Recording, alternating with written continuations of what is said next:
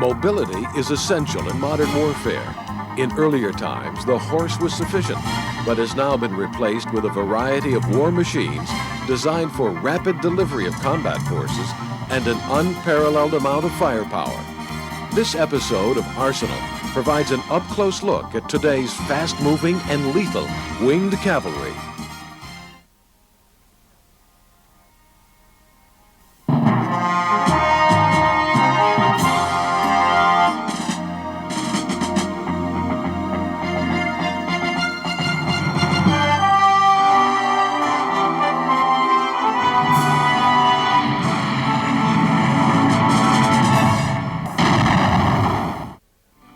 Since antiquity, cavalry had been the dominant arm of battle.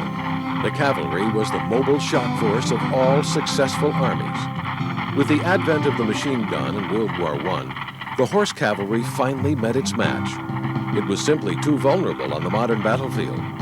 But the important mission of the cavalry still remained. The main distinction between cavalry and other combat arms was the cavalry's superior mobility. To replace horse cavalry, some other type of mobile shock force was needed. Ultimately, three new types of mobile forces emerged to replace the cavalry: armored cars, paratroops, and helicopters. In this Arsenal episode, we'll take a look at the types of weapons and units that have taken over the horse cavalry's mission on the modern battlefield.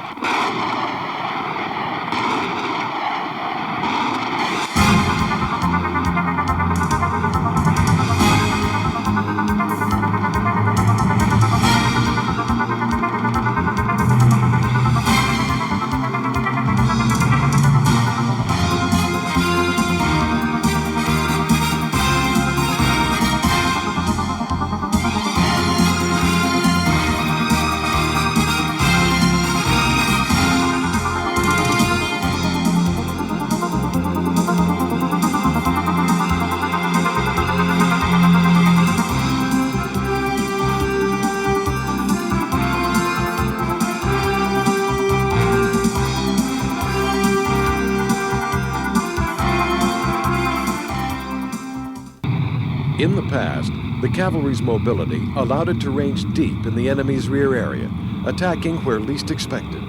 With the advent of the aircraft, a new means had arisen to perform this mission. While it was impractical to land aircraft in the enemy rear, shock troops could be dropped by parachute. So was born the modern air assault force. Paratroopers have become one of the key rapid reaction forces to replace traditional cavalry.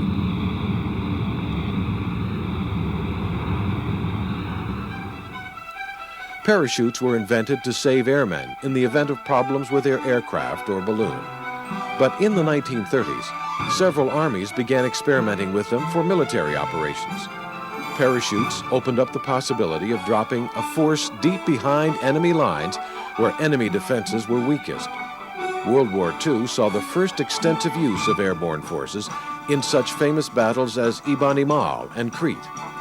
The U.S. Army's best-known airborne divisions in World War II were the 82nd, nicknamed the All-American, and the 101st, nicknamed the Screaming Eagles.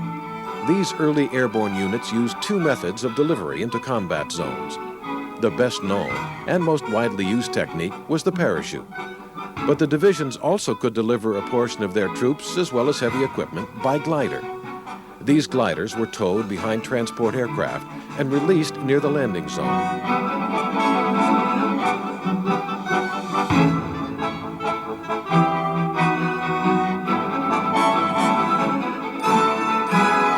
The 82nd's first airborne operation was during the 1943 invasion of Sicily, followed by later combat actions in Salerno and Anzio in Italy. The 82nd earned a hard-won reputation, with the Germans calling them those devils in the baggy pants. The 82nd and 101st took part in the massive airborne attacks that initiated the D-Day invasion at Normandy in June 1944. Their last major airborne drop of the war took place in the Arnhem operation in the Netherlands, where the 82nd Airborne seized the Nijmegen Bridge.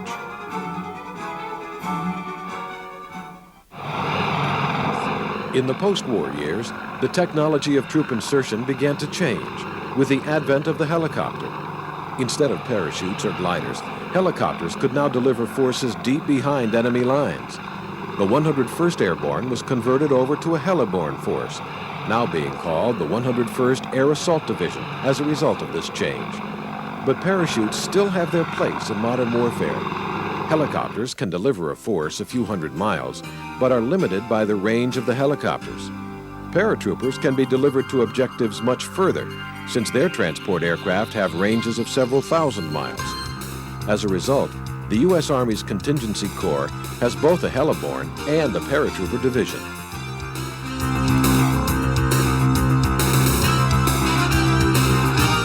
The 82nd Airborne Division has been an essential element of the Army's Rapid Reaction Forces for over a decade, seeing combat in Grenada in 1983 and in Panama in 1989. In 1990, after Iraq had invaded Kuwait, it was the 82nd Airborne Division that was rushed to Saudi Arabia to draw the line in the sand, signaling the U.S. intention to resist further Iraqi aggression. These operations all highlighted a primary mission requirement of the division: the need to be able to deploy a combat-ready force at a moment's notice.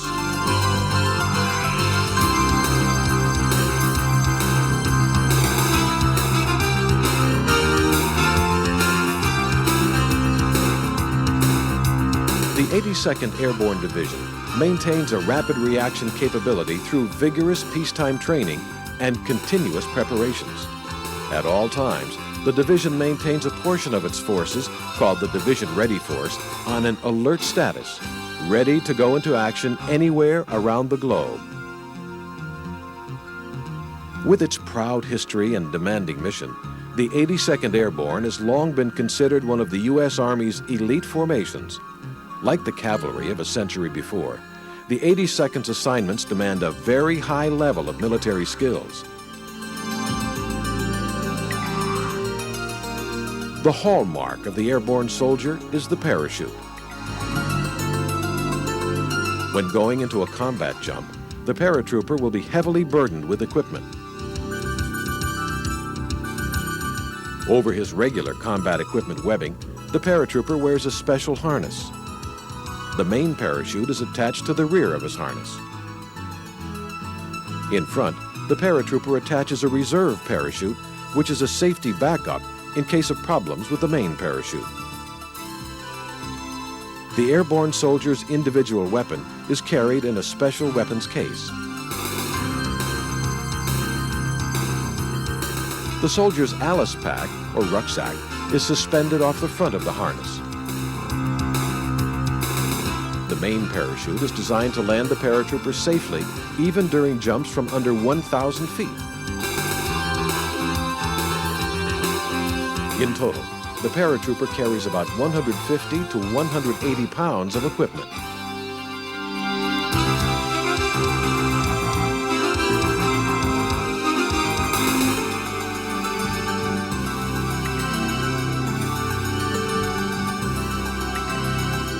Upon jumping, the weight of the paratrooper breaks a pack-closing tie when the end of the 15-foot static line is reached. When this happens, the parachute deployment bag comes free of the pack tray. Two connector link ties then break, and the suspension lines are pulled out of the stow loops of the deployment bag.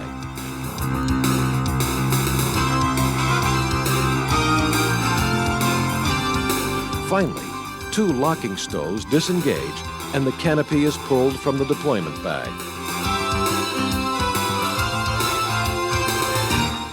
The entire process takes about 4 seconds from exiting the aircraft to full inflation of the parachute's canopy.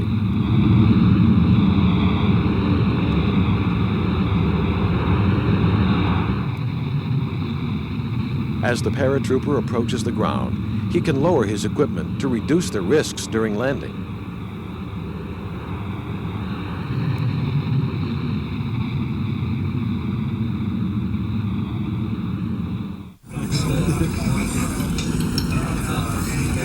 The inherent risk in parachute jumps has led to a series of overlapping safety features during airborne operations. One of the most obvious methods is the second parachute, worn by the paratrooper, called a reserve chute. Since airborne operations are conducted from low altitudes, every effort is made to ensure that the main chute operates every time. Preparing parachutes for operations is the responsibility of the division's 407th Supply and Transport Battalion.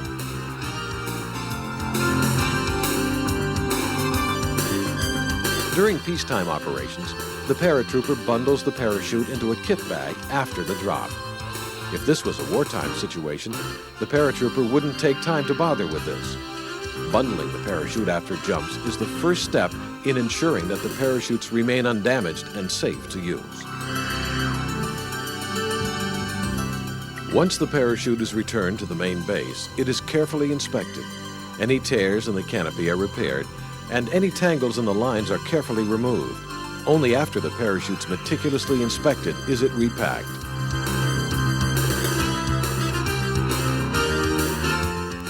The pack facility at Fort Bragg is the largest of its kind in the United States Armed Forces. The paratrooper's safety is the center's key concern. Although the 82nd Airborne is primarily a light infantry force, its missions often demand some heavy equipment, such as artillery and light armored vehicles.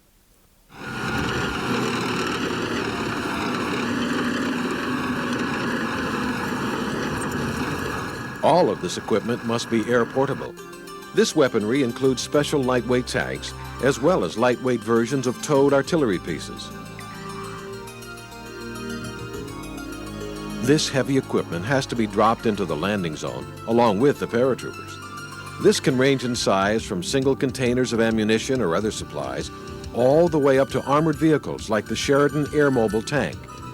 The 82nd uses a variety of special techniques to ensure that the heavy loads will arrive safely in the drop zone.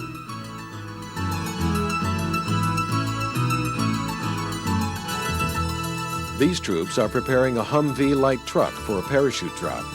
The Humvee is loaded onto a special reinforced platform, and it's packed with special shock-absorbing cardboard material. This packaging helps minimize damage when it strikes the ground.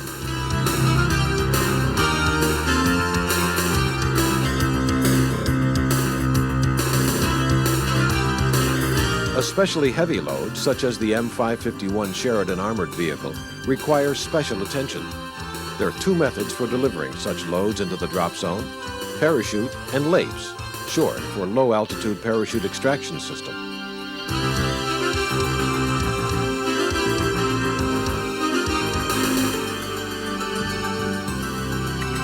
LAPES allows for the delivery of especially large and heavy loads without the need for so many large cargo parachutes. But it does demand considerable skill on the part of the airlift pilot.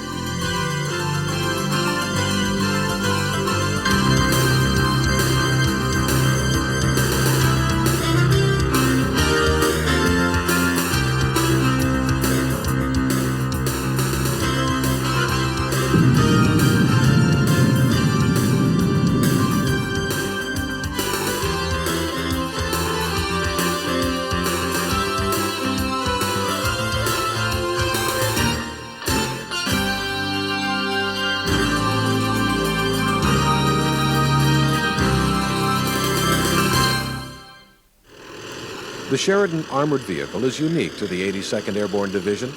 Although originally designed to serve both as an Army scout tank as well as for air mobile operations, the Army is reluctant to call it a tank since it's much more lightly armored than main battle tanks.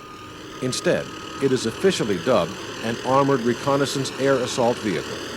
It's been replaced in other Army divisions by a cavalry version of the Bradley fighting vehicle. The 82nd Airborne Division is the only unit still to use the Sheridan in its original role. The Sheridan was designed to combine lightweight with very heavy firepower. Its 152mm weapon is a unique combination of missile launcher and gun, capable of firing either a guided Shalala anti-tank missile or more conventional unguided projectile.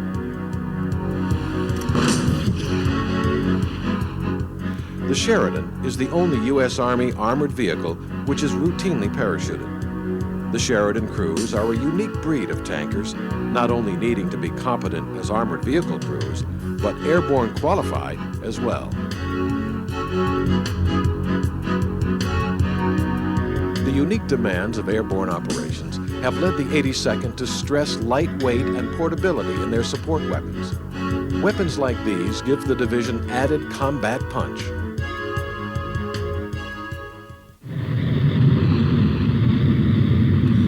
Delivering the paratroopers to their distant objectives is the task of the U.S. Air Force's military airlift units. An important element in division planning is the close relationship between the airborne forces and the airlift squadrons. The 82nd Airborne's North Carolina base at Fort Bragg is co-located with Pope Air Force Base, home of a number of transport squadrons.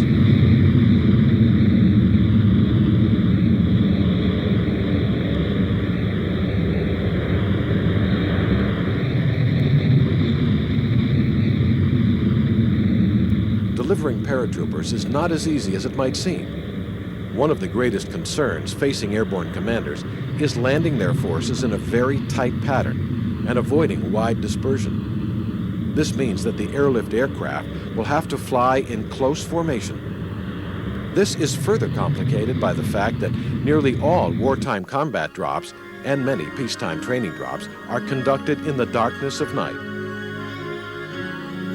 Night drops may be difficult for the airlift crews, but they are a definite advantage to the paratrooper. The 1989 Operation Just Cause combat jump for the 82nd Airborne in Panama was a nighttime jump. The darkness of night conceals the paratroopers from the enemy, protecting them while they're most vulnerable. The routine of today's airborne jump would be familiar to a paratrooper from World War II. As the paratroopers wait to board the aircraft, the traditional ritual of all paratroopers takes place. The jump masters and their assistants carefully check each soldier to make certain that no harness is out of place, no line tangled. There is no excuse for accidents.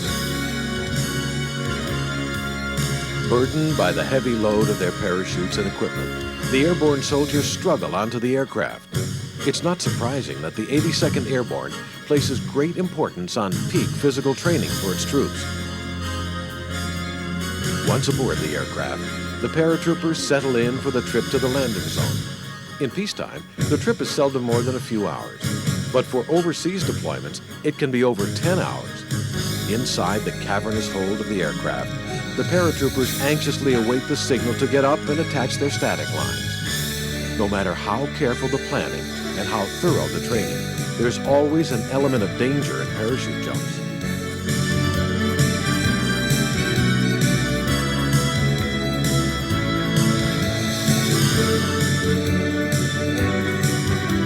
On approach to the drop zone, the pilot signals the jump masters in the rear of the aircraft that the drop zone is approaching.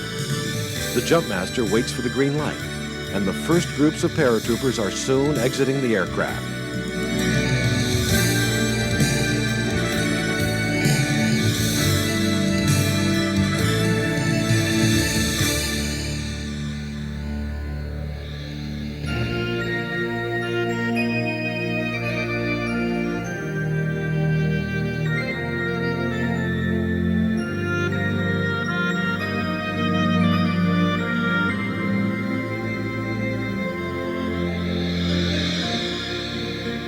Like the cavalry from a century ago, the 82nd Airborne Division is the shock force of today's U.S. Army.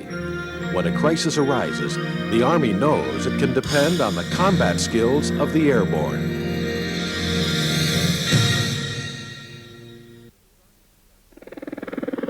The design of a practical helicopter toward the end of World War II made another form of airborne cavalry possible. Helicopters offer an unmatched degree of mobility, combining speed and tremendous firepower. The most powerful weapons of the Army's air cavalry are the attack helicopters.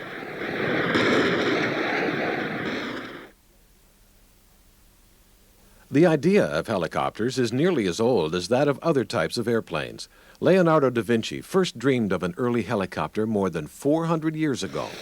But practical helicopters came about 40 years after winged aircraft.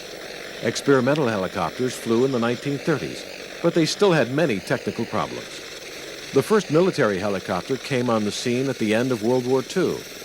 The Germans used small autogyros for observation from submarines. The first successful military helicopters were the American Sikorskys, such as the R-4. They were designed by the gifted Russian immigrant Igor Sikorsky. The Sikorsky R-4 saw combat in the jungles of Burma, bringing in supplies and evacuating wounded troops. It wasn't until the Korean War in 1950 that there were enough helicopters to have much effect. In the Korean War, the main role of the helicopter was the evacuation of wounded troops back to MASH hospitals.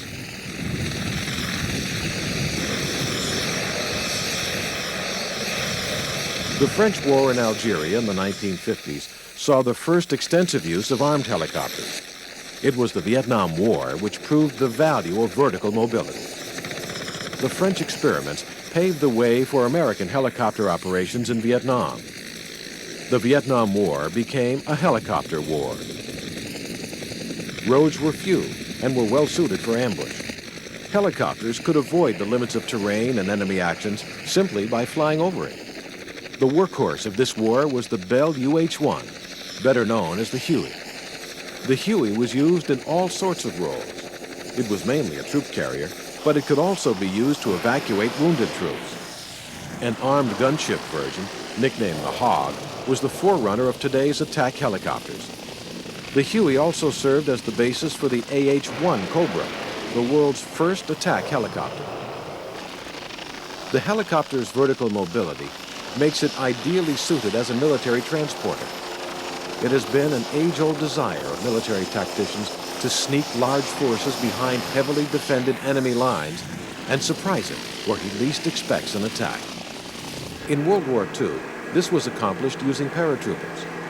Paratroopers could be dropped out of airplanes hundreds of miles behind enemy lines, but it was very risky, and the paratroopers were at the mercy of the winds. The helicopter provides the same ability to move forces behind enemy lines, but allows the military commander to land the forces with precision. Once paratroops landed, they had to fight their way out. Helicopters provide the means not only to land troops, but to remove them once they've accomplished their mission. For this reason, the air-mobile helicopter forces have gradually replaced paratroopers as the fast mobile force on the modern battlefield.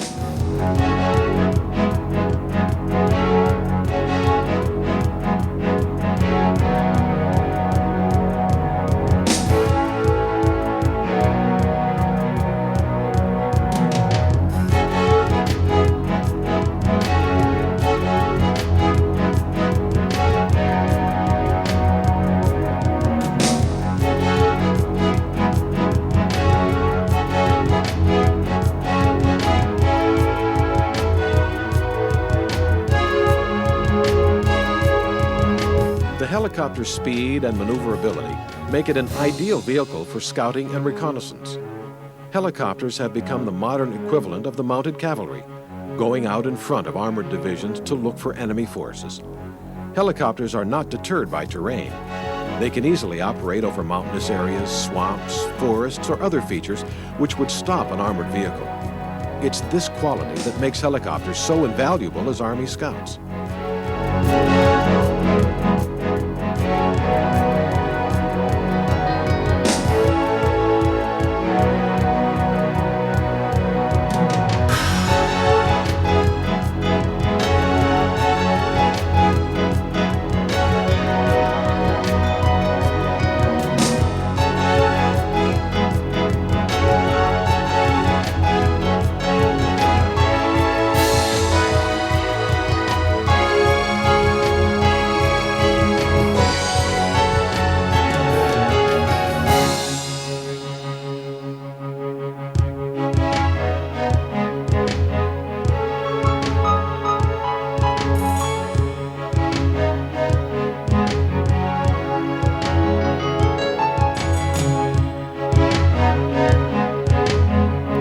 It didn't take long before soldiers began strapping guns on helicopters. The first armed helicopters took to the air with French troops in Algeria. But the proof of this concept came in Vietnam. At first, armed helicopter gunships were used to escort troop ships. landing areas would be strafed to clear them of enemy troops before the troop-carrying helicopters arrived. Soon, helicopters were used as fire support weapons in their own right. Ironically, their slow speed is one of their main advantages. They can spot small targets easier than fast-moving jet aircraft can, so they are precise enough to attack enemy positions close to friendly forces. Nearly any kind of helicopter can be used as a gunship. Their capabilities in this role depend on their lift. The more lift, the more weapons they can carry. By the late 1960s, efforts were underway to design helicopters specifically for the gunship role. The weapons of gunships are numerous. The standard armament consists of an array of machine guns. On specialized gunships like the Cobra, a minigun is carried in a special turret on the nose of the aircraft. Helicopters can also carry rocket pods. Each rocket has the explosive load of an artillery projectile, giving the helicopter as much firepower as a small artillery battery.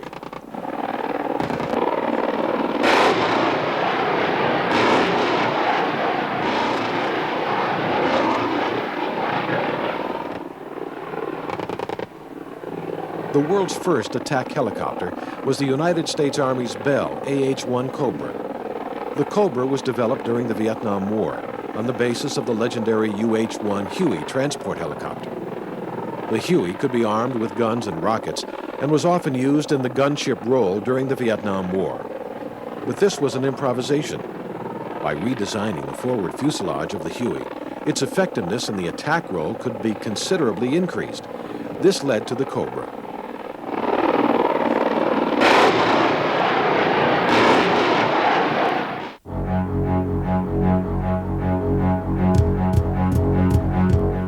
The Cobra pioneered the classic attack helicopter configuration. In the forward cockpit is the co-pilot gunner, and in the rear cockpit is the pilot. This tandem configuration results in a sleeker fuselage than conventional transport helicopters, permitting greater speed and maneuverability. The Soviets followed the United States example with their Mi-24 Hind attack helicopter.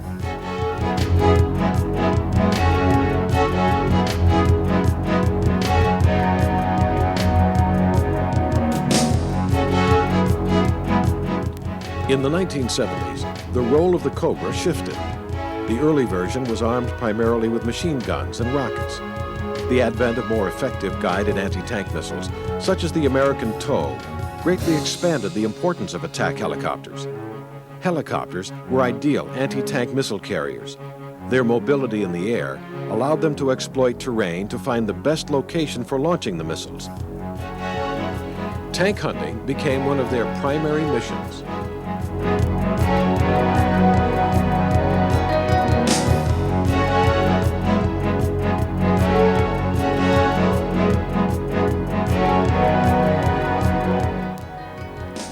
The attack helicopter has also had its impact on marine operations. The Sea Cobra is a marine variant of the Army's Cobra.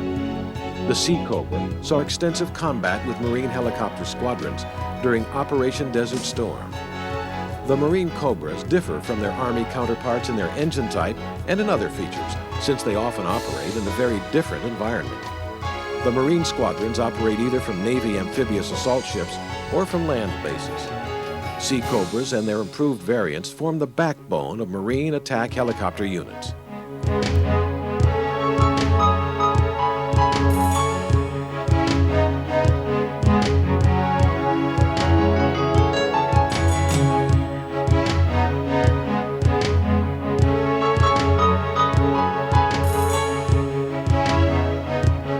One of the latest improvements in marine attack helicopters is the more powerful AH-1 Whiskey Super Cobra.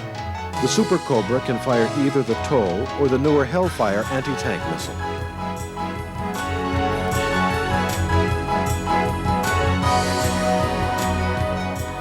In the U.S. Army, the Cobra is still used, even though more advanced attack helicopters, such as the Apache, are now in service. The Cobra saw extensive use with cavalry squadrons during Operation Desert Storm. It is still a very effective combat helicopter for many roles.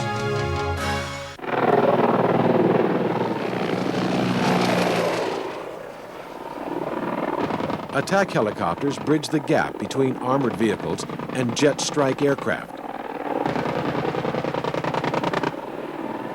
They have greater mobility and speed than armored vehicles, even though they lack their armored protection. They cannot carry as much ordnance as fast and as far as strike aircraft, but their rotor propulsion allows them to be operated from the forward edge of the battlefield. Combat helicopters are often part of the Army rather than the Air Force. This close connection between the helicopters and the ground forces make them particularly well suited to carry out treacherous cavalry missions. A good example of this is the U.S. Army's latest attack helicopter, the AH-64 Apache. The 1980s saw the deployment of the first attack helicopter designed from the outset for the anti-tank role. This was the AH-64 Apache. The Apache was designed to fight and survive on the modern battlefield. A new generation of missiles, missile guidance, and advanced sensors gave the Apache unprecedented long-range firepower. At the center of the Apache's weapon systems is the Hellfire missile. The Hellfire is laser-guided rather than wire-guided. Older wire-guided missiles have a maximum range of about 2 miles due to the length of the wire that can be carried. The Hellfire's range is more than double. This is made possible by its unique guidance system. A laser designator mounted in the nose is aimed at the target and fires an invisible beam of intense light at the enemy tank. A seeker in the head of the Hellfire can sense the laser light being reflected off the target. It homes in on this laser reflection with pinpoint precision. This longer range is a critical advantage for helicopters. This allows the helicopters to attack from positions more than 5 miles away from the enemy. By attacking at standoff ranges, the Apache minimizes its own vulnerabilities to enemy defenses and maximizes its own advantages. Another missile, please. 1-4. The Apache is designed not only to engage tanks, but other types of targets as well. So it's armed with a variety of other types of weapon systems. Under the nose of the helicopter is a 30mm chain gun, which can be used against lightly armored vehicles. On the stub wings are unguided rockets for attacking targets with high explosives.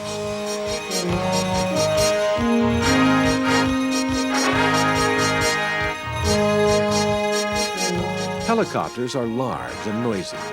To minimize the visibility of the Apache to enemy forces, it was designed to operate at night. The two unusual devices on the nose of the Apache are the Target Acquisition and Designation System, or TADS, used to aim and target the Apache's weapons, and the Pilot's Night Vision System, or PNVS, used by the pilot to fly the aircraft at night. Both the nose-mounted sensors contain forward-looking infrared sights, or FLIR for short. The FLIR works like a television camera, but senses heat rather than light. The supercooled sensor of the FLIR can detect a few degrees of temperature difference between objects, making it an ideal night sight. The advantages of night flying became apparent to the Apache crews who flew during Operation Desert Storm.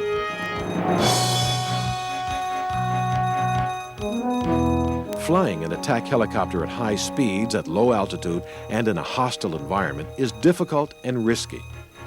The Apache cockpit is highly automated to simplify the pilot's tasks. This makes it easier for the pilot to concentrate on the hazards of the battlefield. One of the most remarkable features of this system is a sophisticated helmet sighting system. The unusual helmet we see here is called the IHADS, for Integrated Helmet and Display Sighting System. It allows the crewman to aim and operate the guns merely by turning his head. The entire system is really very easy, although it seems very complex. Basically what we have is the pilot wearing the helmet, either the front seater or the back seater, and on either side of his helmet we have detectors that detect infrared radiation. Well, behind the pilot's seat and the co-pilot seat we have two emitters that send out infrared radiation to the pilot's helmet. These detectors pick it up, and all that information is fed into a computer, and the computer just triangulates how long it took for the ray to get from the emitter to the detector, and then it says, okay, the guy must be looking in this direction, and then points the gun in that direction. And the gun is so accurate that if it's off more than 3 degrees from where the pilot's looking with his naked eye, then it'll shut the system down and he can't use it. And these are the infrared detectors I was telling you about. And there are 2 on each side of the helmet, and they both look like small light bulbs. But if you look closer, they're a small prism-looking device, and they pick up the infrared radiation coming from the emitters. And of course, the helmet has a clip on the right-hand side, and that's for our HD or helmet display unit. What we do is we clip this display onto our helmet, and it rotates down in front of our right eye, and we have a monocle that we look through, and that gives us various FLIR imagery, TV imagery, and our different symbols and that sort of thing. The IHADS helmet not only drives the gun, but also controls the sighting devices in front of the helicopter as we see here. Notice that as the pilot moves his head, the gun and sensors move in parallel. This makes it much easier for the crew to aim the weapons during high-speed evasive maneuvers near the ground. The latest version of the Apache is codenamed Longbow. The bulbous sensor mounted on top of the rotor assembly is a millimeter wave radar. This sensor expands the all-weather capabilities of Apache even beyond FLIR sensors. It also permits the use of a new generation of fire-and-forget Hellfire missile using millimeter wave guidance. Such a Hellfire will not need laser designation, but can home in on the target using its onboard sensor. This combination of advanced technology and novel tactics has made the Apache attack helicopter one of the most potent weapons in modern land warfare.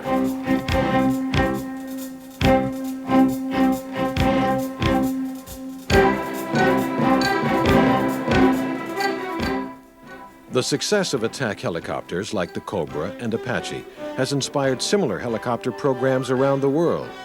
Probably the least known of these is the Rooivalk, developed in South Africa. The South African Defense Forces were prompted to develop a sophisticated attack helicopter due to their combat experiences with troop helicopters in the 1980s, especially the fighting in Angola.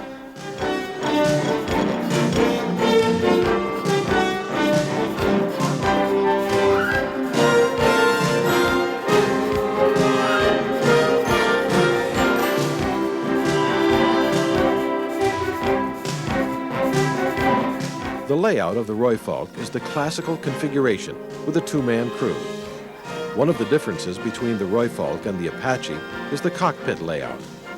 The Apache uses a single canopy, while on the Rooivalk seen here, the canopy is split.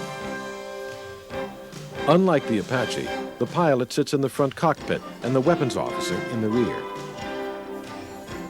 The armament system of the Rooivalk is similar to the Apache's. The Rooivalk takes advantage of new computer interfaces to permit the mounting of a wide variety of weapons options, depending on the mission. Although the basic concept of the Rooivalk is very similar to the Apache, it differs in many details to make it better suited to operating in the African environment. Its design follows the Apache by almost a decade, which has enabled its developers to incorporate several new technologies.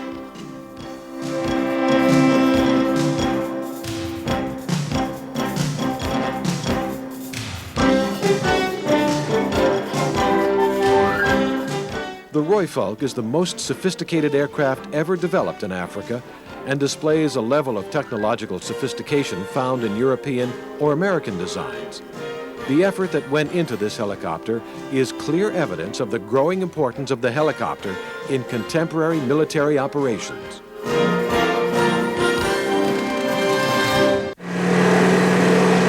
Despite the powerful capabilities of paratroops and helicopters, the ability to move ground-based troops quickly to the heart of the battle remains central to the mission of the cavalry.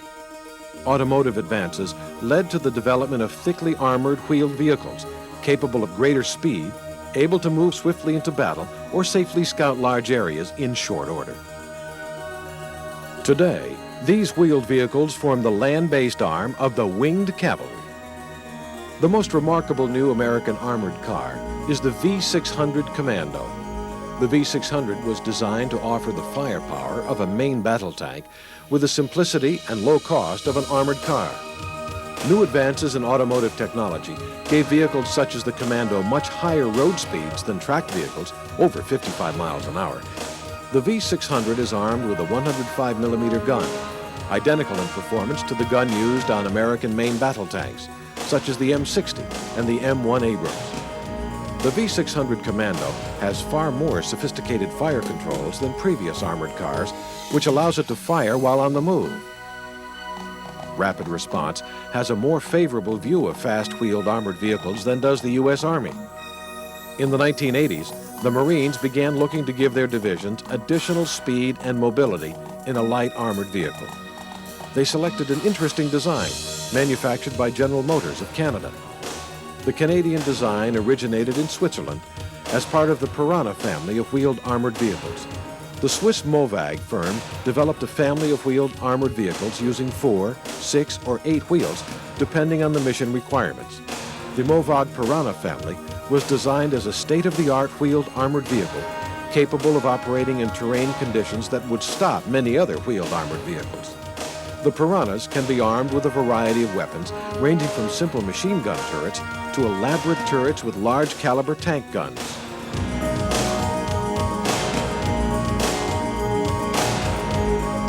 The U.S. Marine Corps selected the 8-wheeled version of the Piranha family.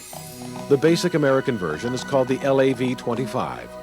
It's armed with a 25mm Bushmaster automatic cannon, the same weapon used on the Army's Bradley infantry fighting vehicle. Besides its 3-man crew, the LAV-25 can carry an additional 6 Marines in the rear compartment. Because of its speed and mobility, the LAV-25 is used for scouting, raiding, and screening operations, where its mobility can best be exploited. They often moved swiftly in advance of Marine mechanized formations, hunting out weak points in the enemy positions, much like traditional cavalry. They offer the scouts the advantage of armor protection, as well as considerable mobility.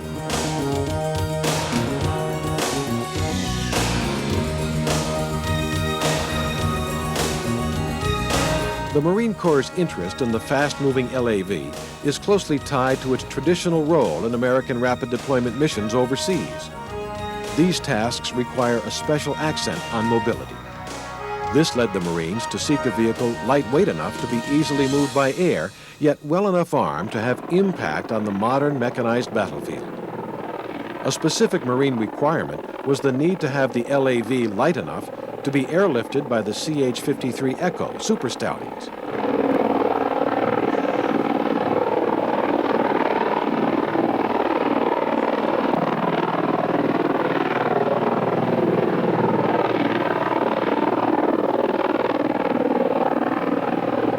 The Super Stallion can lift the LAV for considerable distances, even refueling in midair to extend its range.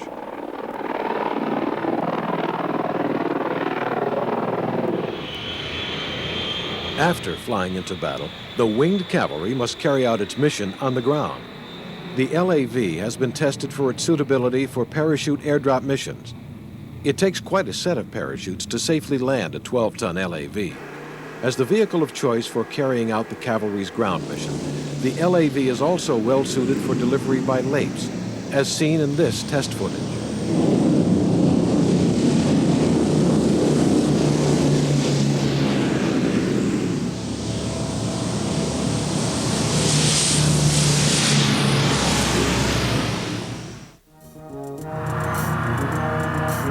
The LAV was put to the test in combat during Operation Desert Storm. The conditions in Saudi Arabia, with its hard desert soil, proved well suited to the LAV's wheeled configuration. LAVs were used in many engagements, from the first encounters with the Iraqi forces in the battle at Khafji in January 1991 to the final assault into Kuwait City in February. The LAV gave the Marine Corps the advantages of a fast-moving traditional cavalry force covering its flanks and probing enemy positions.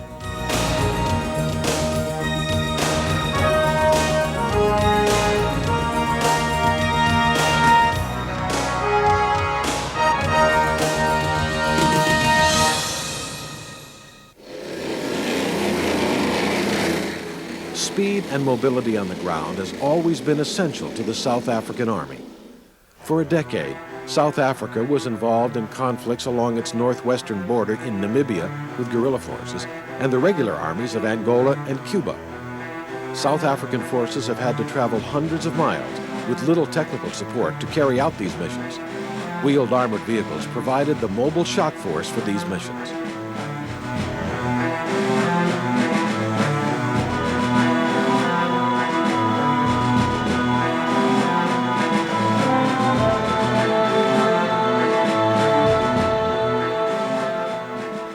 South Africa first manufactured the Marmon Harrington armored car in World War II, and it saw extensive use in the North African desert campaigns.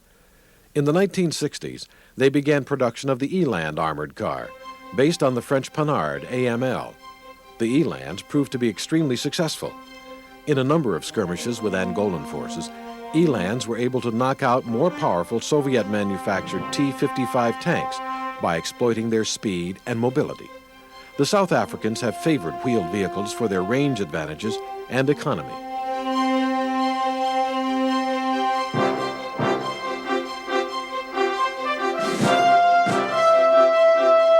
The first local South African armored car design was the Rottle, designed primarily as a troop carrier. The Rottle is a large vehicle, capable of carrying troops and turreted weapons, including anti-tank missiles and guns. The Rottle is very high off the ground compared to its European counterparts. The South Africans have found that sleek European armored vehicles riding close to the ground have problems in African conditions. So too have opposing forces using Soviet-built vehicles. The most ambitious South African armored vehicle to date has been the Rooikat. In many respects, it is the ultimate cavalry armored vehicle. The South Africans have a different conception of contemporary warfare than European armies due to their past combat experiences. They distinguish two general types of combat: high mobility operations requiring a modern form of cavalry, and high intensity operations requiring European-style tank forces. High mobility operations, resembling classic cavalry actions of the past, were the predominant type of combat fought by the South African Defense Forces against Angolan and Cuban troops. The Rooikat was specifically designed to cover great distances quickly. The Rooikat's armament is a stabilized 76mm gun. This is lighter than the guns found on current European armored cars, but the emphasis is on speed rather than firepower. The South Africans have found that such weapons are more than adequate for the types of enemy vehicles they've typically engaged in past wars. Wars in Africa usually involve formations of light armored vehicles. Heavy tank formations are far less common than in European or Mid-Eastern armies.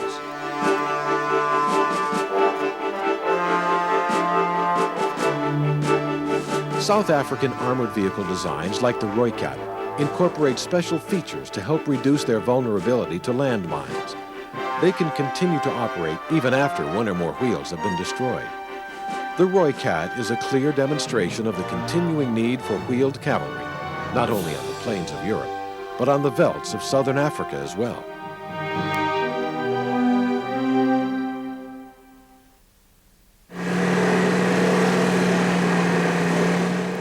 The first armored cars were built in Europe, and not surprisingly, they still are being developed there. Italy has a long history of armored car design, from the early Ansaldos of World War I to the AB-41, famous in the North African desert campaigns of World War II. In the 1990s, the Italian Army turned to an armored car design called the Centauro to form the backbone of their new rapid deployment units.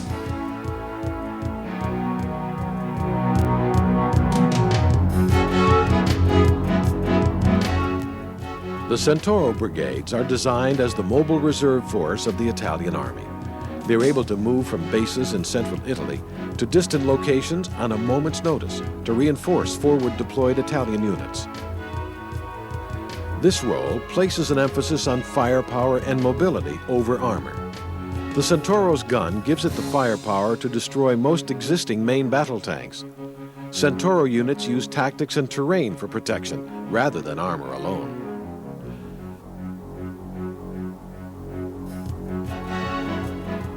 Chemical warfare was one of the factors that led to the demise of horse cavalry. The German army uses an armored car to defend against chemical weapons. The Fuchs is a chemical scout vehicle designed to locate and identify the enemy use of chemical warfare agents. The vehicle is hermetically sealed against agents and contains its chemical sensors inside. It has a special external probe which can be used to pick up contaminated material outside the vehicle and bring it into an interior compartment without exposing the crew.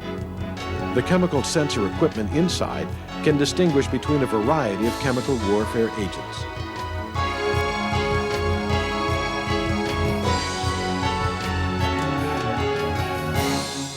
France has been more active in wheeled armored vehicle design than nearly any other country in Europe. Since the 1960s, French armored cars, including the Panhard, have been exported around the world.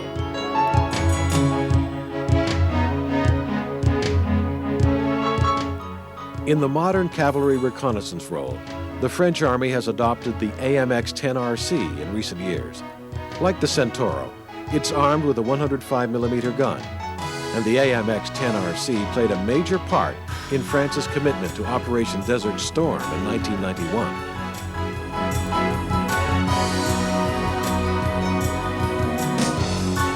The French Army has adopted a mixture of tracked and wheeled vehicles to transport its infantry in combat. The VAB is the wheeled element of this force. The VAB carries a standard infantry squad in the rear.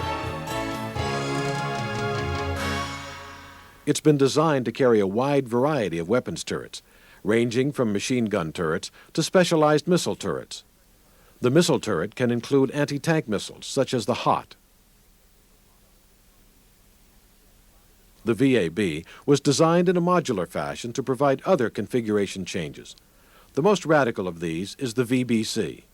It shares common chassis elements with the VAB, but is designed primarily as a cavalry reconnaissance vehicle. Wheeled vehicles were the pioneers of modern armored vehicles. The chariots of ancient warriors have been replaced by the modern armored cavalry.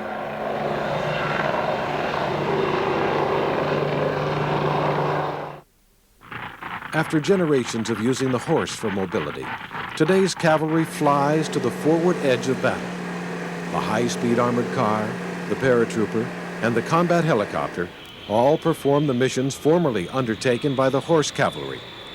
When a rapid reaction force is needed for today's high-speed maneuver warfare, the call goes out for the winged cavalry.